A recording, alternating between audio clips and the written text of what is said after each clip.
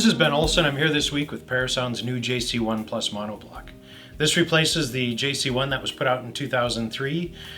Both amps were designed by John Curl. John Curl is a guy definitely with some stories. I mean, he's spent some time at Levinson, is known in part for helping to create the Grateful Dead's Wall of Sound, and just a famous and storied audio engineer. And he's put out some great products. The JC1, when it came out in 2003, was thought to be the benchmark of value high-end audio. It was probably the most well thought of monoblock anywhere near its price range. And so to improve on that, they were wondering if it could be done. And I do believe they've achieved that. The first JC1 was no slouch. Now granted, I've spent a lot more time with the JC1 Plus than I have with the JC1, and it's been a couple years separated, so I didn't have a chance to A and B them. But definitely when I had the JC1s before, I had them connected to a pair of blades, and now I've had these connected to the Blade Metas. And a couple other speakers for perspective, but I'd say 90% of our listening has been done with the Blade Metas. Some things I got to say about this is these monoblocks produce massive bass. And not only massive bass, but it's extremely controlled. It really pushed me to want to hear some songs that are kind of driving and have a lot of bass in them, like Glass Animals Flip. That's normally a song that a speaker can really, and an amp can really be pushed to its limits, and it's easy to get fluttery. This amp kept in tight control the whole time. I mean, the speaker, the building was shaking, or the room was shaking. The speakers and the amps were without distortion. It was, and that's a song that's a little bit of a torture test. But I mean, this amp wanted me to, it pushed me to listen to more songs that were kind of driving like that, like Santana's Jingo, songs that just kind of have this building up. So it's a very fun musical amp. It really kind of inspired me to, dig into the collection and listen to some stuff. I'll circle back to my listening impressions, but I want to get into some of the changes that were made. The binding posts were improved, and that was something. The amp performed so well, but it kind of had these binding posts. The original JC1 had these binding posts that looked like they belonged on the back of a commodity receiver, and these binding posts look like they're on the back of they belong on a high-end amp. These are beautiful binding posts, and a great fit for this amp. Some of the updates inside the Parasound JC1 Plus are the main power transformer. It's 20% larger, not only in size but in its actual capacity.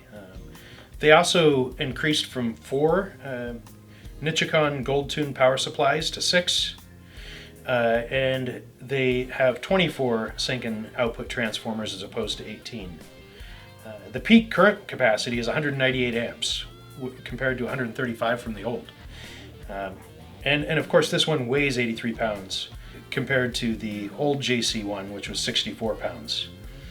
And something that they've made a big deal about is this has a reduced high add order harmonic distortion, which basically, don't pin me down to tell you what that is, but that's basically what causes listening fatigue, and that's another takeaway from this amp is how smooth they are. These monoblocks have 25 watts of Class A power, and 90% of our listening is going to be in that. Only when we're listening to say for example classical music at a certain level, and you're building up to the big crescendo, are you going to start tapping into the Class B. So 90% of what you're hearing is going to be Class A. I mean, I'd have to say, for the most part, you're probably not going to be even using 10 watts. One characteristic of this amp is that it's extremely smooth, and I don't want to say that the JC1 original was grainy by any means. but this is a world smoother. It's really next level. And some people have griped that this is nearly twice the price. So these are, at the time of this recording anyways, $9,500 each. So, $19,000 for the pair. People, is it worth it? And I have to say, yeah. And so these being almost twice the cost of the amps they replace makes sense. I would say the JC5 is probably would be better considered a replacement for the original JC1 than this amp. This amp is taking it to the next level. So they didn't just improve upon the JC1, they really made it a world better. One of the things that, some speakers have really great, imaging. They have a really great center image. And then the amps that you pair them with can kind of help to, give you that extra depth and feel, almost a little holographic. And I would say that this amp really achieves that, at almost all listening levels. We here at Olson's HiFi sometimes crank it to 11 on Scotch night. And this amp just never tires out, and it stays and maintains smoothness even when you're tapping into the Class B. Not that I have a meter and I'm sitting there tracking it, but there's just times when I assume it's tapping into the B, because it's the intensity of the music or whatever. But for example, listening to Diana Krall's Peel Me a Grape was that extra sense of being there, her being in the room or you being in her space as she's singing. And that is kind of the goal of this reference product, is to get you there in front of the performer, have that feeling. And this amp operating with a number of speakers, like I mentioned, we played this with the Blade Metas for the most part, which has a great pairing. But regardless of what we put with this, the Monitor Audio Platinum 300s, the Martin Logan ESL 11s, it all kind of gave those speakers something extra, a little more. It just put you a little more there, and so they've really achieved, I think, kind of a quality and a sound with this amp that you pay usually much more with. I don't want to mention brands out there, but this is definitely starting to compete with monoblocks that cost $35,000 a pair or $40,000 a pair.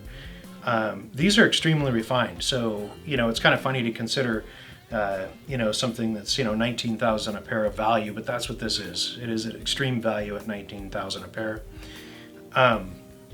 Their preamp with it is excellent. We did the Prima Luna Evo 400 preamp with this, which was also added some elements of fun, putting some tubes in it. So as I mentioned, my listening impressions on this amp really just was, we were having a lot of fun, and it just kind of encouraged us to kind of dig for music that's kind of got a driving quality to it, like Pink Floyd's Obscured by Clouds. Now that's a song that, is extremely driving, but it also can be exhausting. It's got some extremely high treble notes with the electric guitar. And this amp really smoothed that out and, just kind of increased the enjoyment of that song. It's one of my favorite Pink Floyd songs. It's old, and sometimes not a lot of, people know about that particular song. But so another song I had to listen to on this amp was Cascades by Fleet Foxes, a local band here in Seattle. It's kind of psychedelic folk, which I really enjoy. But that song is extremely driving, has a huge sound stage, and can be a bit of a torture test. It's really pulling the speakers and the amps in every which direction. And I would have to say that that this amp really brought out an extra layer in that song that I've not heard. And it's kind of funny because I don't normally, on products that are value oriented, they're great or they're good for the money, but this amp is really pushing into the next level, and it is, it could be mistaken for a much more expensive product. I think it sounds amazing, and it made all the music I love sound fantastic. But don't take my word for it. come on down to Olson's HiFi and listen for yourself.